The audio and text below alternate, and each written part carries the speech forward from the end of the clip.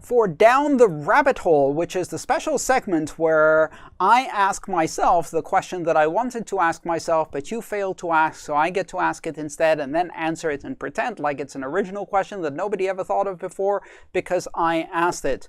Great question, Andreas. All right, so what is Ethereum 2.0? When is it happening? Is it real? And what should I expect? Now, you asked similar questions, but I wanted to phrase it in that particular way. And great question, Andreas. What is Ethereum 2.0? Ethereum 2.0 is a clean slate design of Ethereum intended to replace Ethereum in a state transition that will occur approximately 1 to 2 years from now. This represents a transition of Ethereum from a proof-of-work system to a proof-of-stake system, and also from a single-chain system to a sharded chain system of 64 parallel executing chains, which are converged on a coordination chain called the beacon chain. The beacon chain itself is a chain that doesn't actually store any of the transactions or data. Instead, the beacon chain is the basis for the proof-of-stake system. It keeps track of the proof-of-stake validators. Validators are those who commit 32 Ether, and that is the minimum commit you can make to become a validator, and then validate blocks. If they validate them correctly, they get rewarded with a percentage return of between 2% and up to possibly 18% per annum on their underlying stake. If, on the other hand, they validate an incorrect block, they get severely penalized, in some cases losing up to 100% of their staked amount. Although I believe in the first implementation it's not that harsh, but it's certainly a lot worse than the reward, heavily incentivizing people to validate correctly. Validators also get penalized if, when called to validate a block, they are not online. So being online continuously is a requirement to be a validator.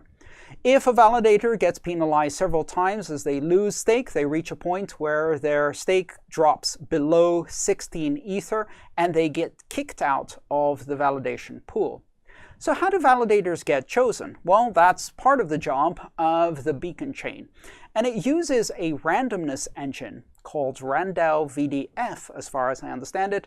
And RANDAO VDF, or verifiable delay function, is a system that produces a random number generator through consensus.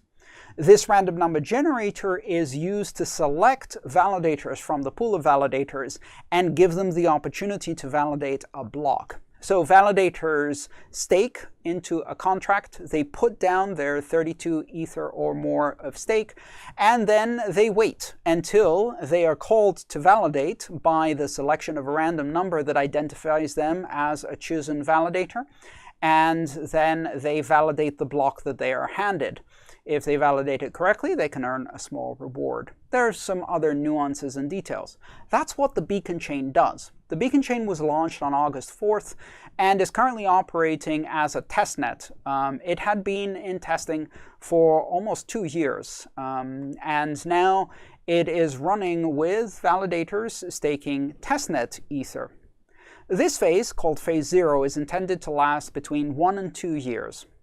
At the end of this starts Phase 1, and Phase 1 is the transition of the introduction of shards and the transition of the system from proof of work to proof of stake.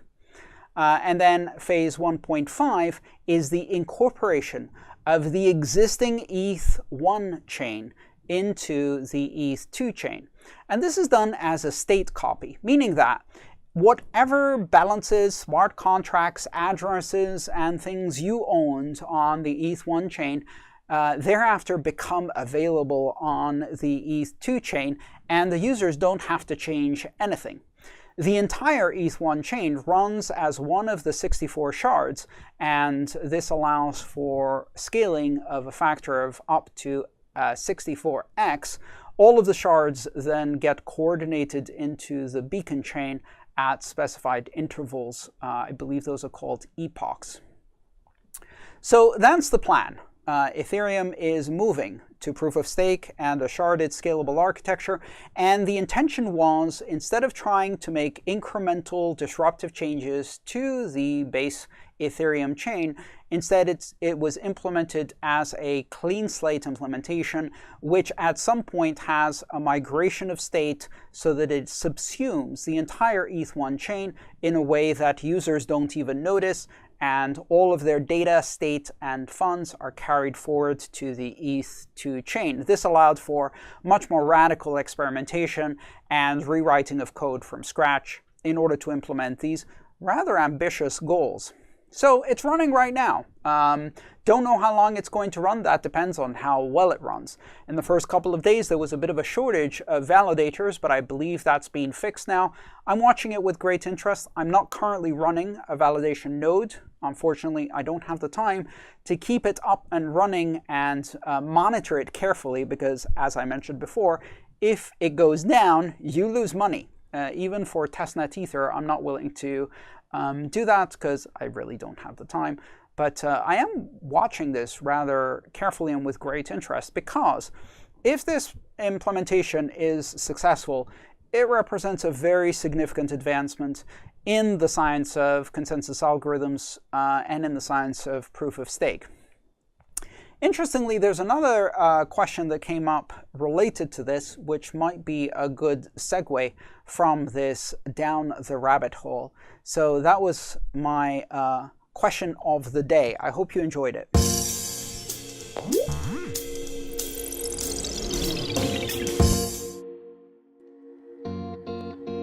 If you enjoyed this video, please subscribe, like, and share. All my work is shared for free, so if you want to support it, join me on Patreon.